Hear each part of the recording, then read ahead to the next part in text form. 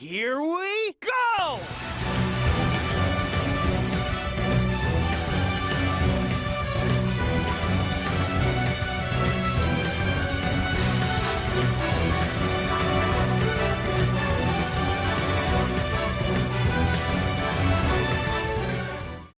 Hey Blue Blurs, how y'all doing? I'm planning on kicking it off with the continuation of my Sonic 3 and Knuckles playthrough series as we go through the Hydrocity Zone.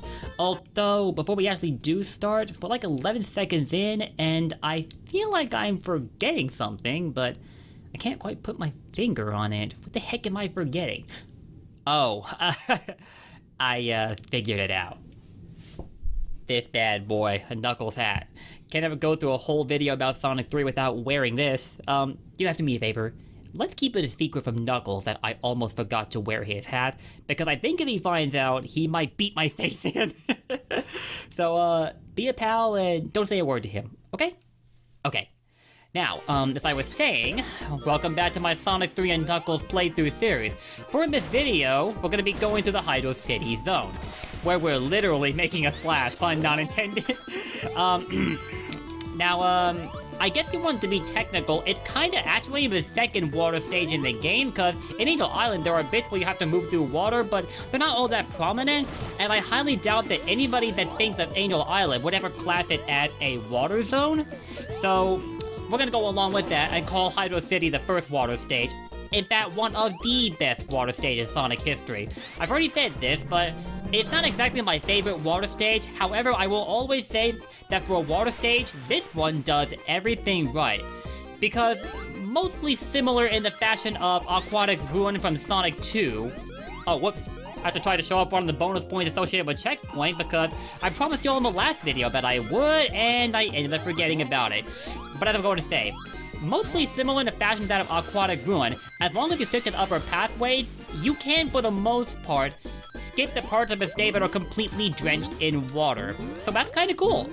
But I don't think anyone really is worried about going underwater this time because Sonic 3 does introduce a bubble shield which prevents you from drowning, so as long as you have it on hand, you can explore whichever avenues about Hydrocity that you want without taking drowning into account. But if you don't have the bubble shield, the rules regarding drowning are the same as before. If you stay underwater too long, for like 30 seconds total I think, you will drown and lose a life. However, as great a game as Sonic 3 is, one of the things that it kinda nerfed was the intensity of the drowning theme.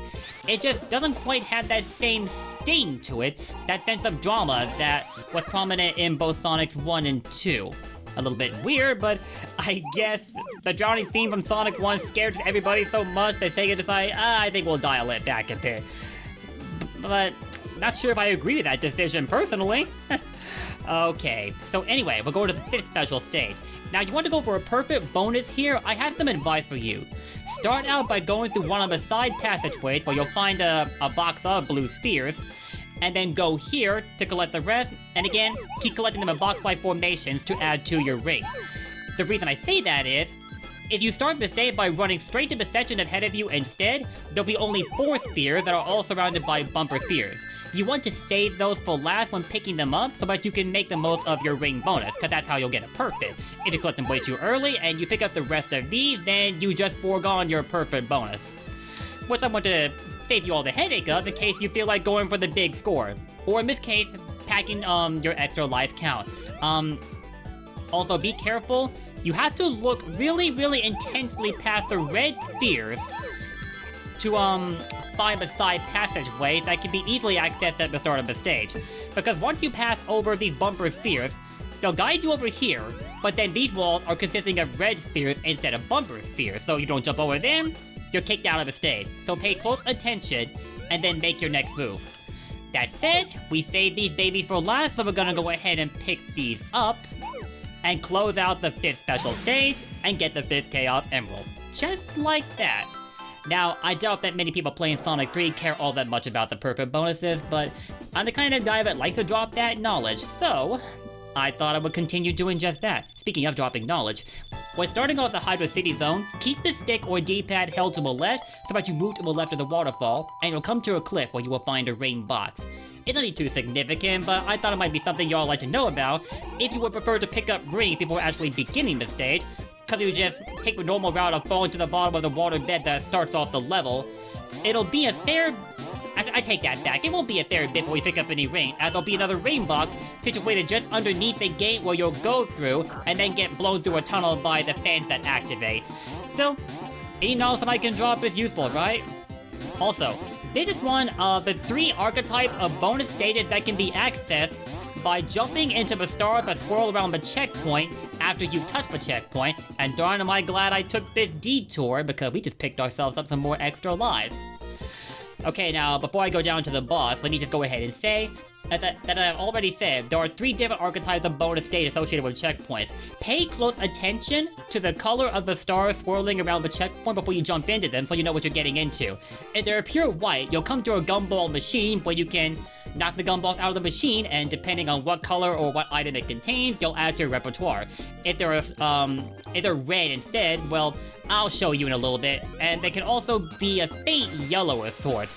In the case of the faint yellow, oh crap, he's lost the fire shield. One of the few reasons to resent the gumball machine. Is the thing gonna come down from the left? Yes, it is. So we're gonna use a spin dash to go up the wall and then jump off of it to avoid it easily. The other avenue to avoiding this boss attack is simply to jump in the very center of the stage and make it so that you're at the very peak of your jump when this boss passes underneath you so you can avoid it entirely. But personally, I prefer to use a spin dash wall jump. I better Smash terminology linked into the commentary right there. But I prefer to use a spin dash wall jump to avoid it completely, and then use it again to deliver 6 consecutive hits, and knock the first boss out easy peasy. Now, again, a little bit of advice, but before you start the second act, right as the goalpost lands, jump out of the water first before landing back down. Because while you're transitioning to the second act, the timer that indicates how long you have before you drown underwater is not actually going to stop, so you're going to want to maximize your time as much as you can before you start the second act so you don't risk drowning.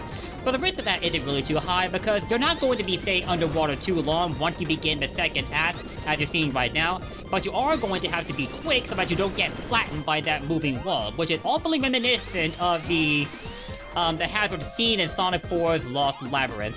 I think Hydrocity Zone is where it got the hazard of the moving wall, now that I think about it. Maybe.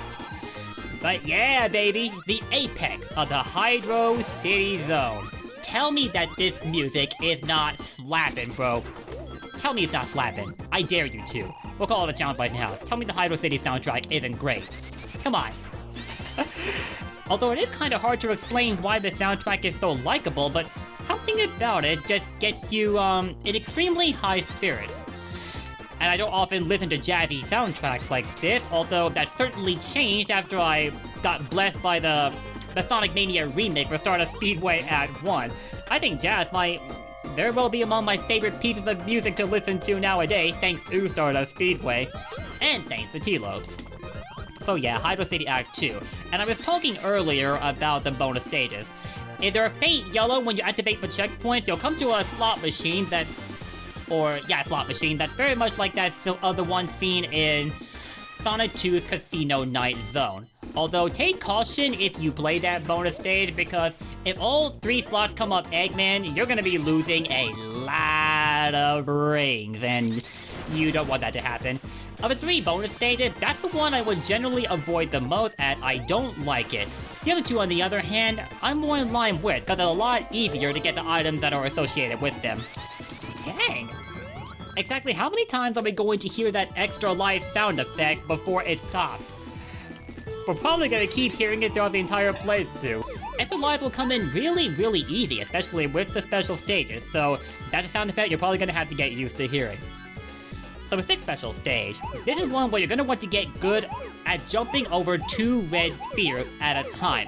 The best way to do that is, wait until you're like a split second or so from touching the first red sphere, and then hit jump. If you do it just right, you should jump over both of them pretty easily. Like, let me show you. Watch this. And boom! Just like that.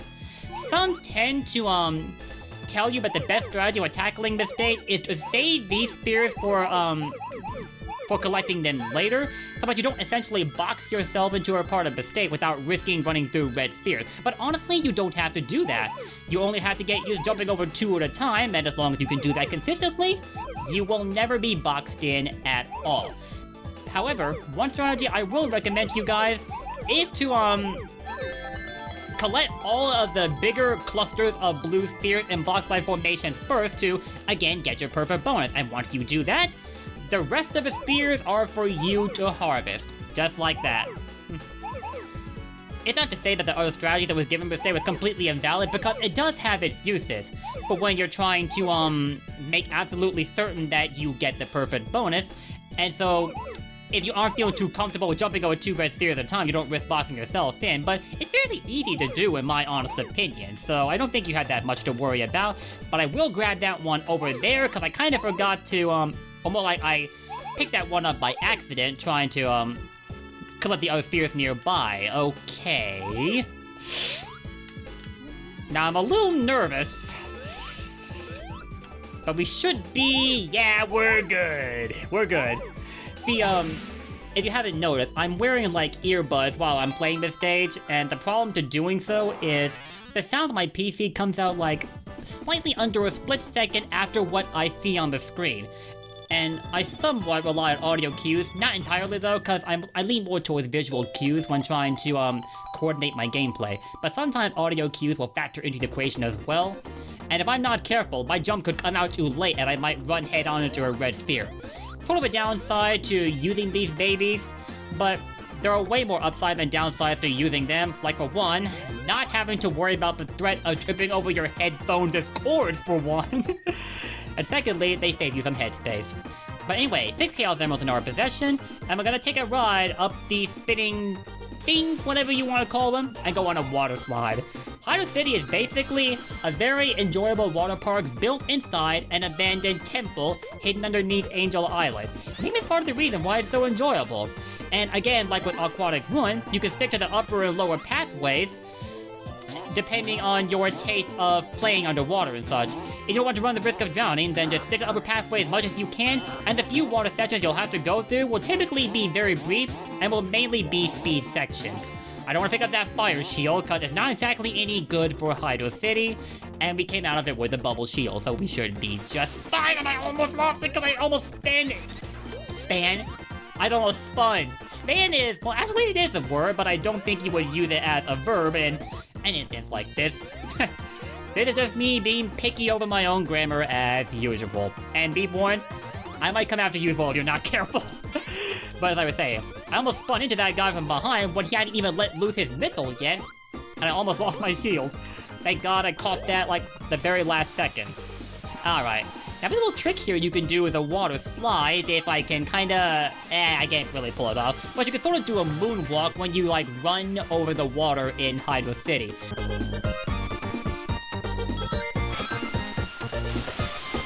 In Sonic Mania, you would just simply tap backwards on your control stick, just like very, very briefly, and your character would turn towards the back while they continue to move across the water. It's a lot easier to do in Sonic Mania than it is in Sonic 3, I think. Possible to do in Sonic 3 as well, but I have yet to nail the trick for that consistently. But, and I'm sorry for deviating Hydrocity again, though to be fair, we're almost done with it, but we're here at the very last special stage, for, the first half of Sonic 3 anyway, and this might be somewhat tricky compared to the other 6, because the location of all of the blue spheres are not quite as crystal clear. Although you play this stage very often, you'll have it memorized like the back of your hand and it won't be an issue for you. But again, the strategy of wanting to collect the bigger clusters of blue spheres to get your rings will come into play if you're trying to go for the perfect bonus. I think I can jump over 2 of these. Okay, there we go. I was a little anxious there, but we got it. Ironically, it's a lot easier to jump over 2 red spheres at a time if you are moving at the maximum speed in a blue sphere stage, and I say ironically because people generally don't want to go that fast in a special stage like this, because it makes it a lot more likely that they'll end up getting kicked out of the stage as a result. But I think that once you get used to it, it's not that disorienting, you know? Alright, I think there's one more box of blue spheres to pick up somewhere so I can get rings, and there it is right there. So we're gonna jump over it like this, and then pick them up. Because I want to save the other 11 for last, and now it's time to go ahead and pick them up. There's gonna be 7 right here through this narrow corridor, and there it is. Now we just need 4 more. Alright, where is it? Like I told you, this layout is a little bit spread out. But there they are. We found them.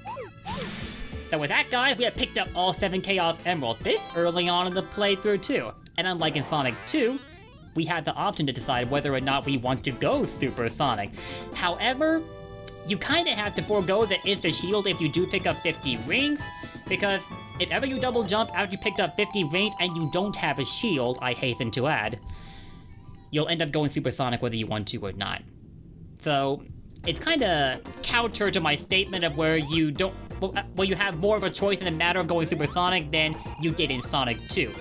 But you do have a choice here. You just kind of have to give up something in return. But as strong as Super Sonic did, I don't think y'all will mind that too much, will you?